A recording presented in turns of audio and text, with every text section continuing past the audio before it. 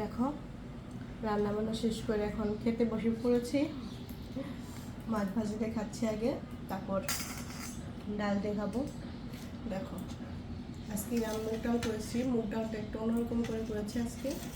Tomato দিয়েছি, আমরা কিন্তু তো নিরামিষ করি, আদা জিরা ফোড়ন দিই, তো আজকে আমি পেঁয়াজ ফোড়ন দিয়েছি আর জিরা, মানে মসুর ডালের মতো করেছি। মসুর ডাল খাওয়া যেহেতু যাবে না, নিষেধ দিয়েছে, তো মুগ ডালটাই মসুর ডালের মতো করে রান্না করেছি। তো দাদা ভাইয়ের জন্য খাবার বেড়ে রেখেছি, তো দাদা এখন খাবে না, বেড়ে রেখেছি, পরে খাবে, আর আমি খাচ্ছি।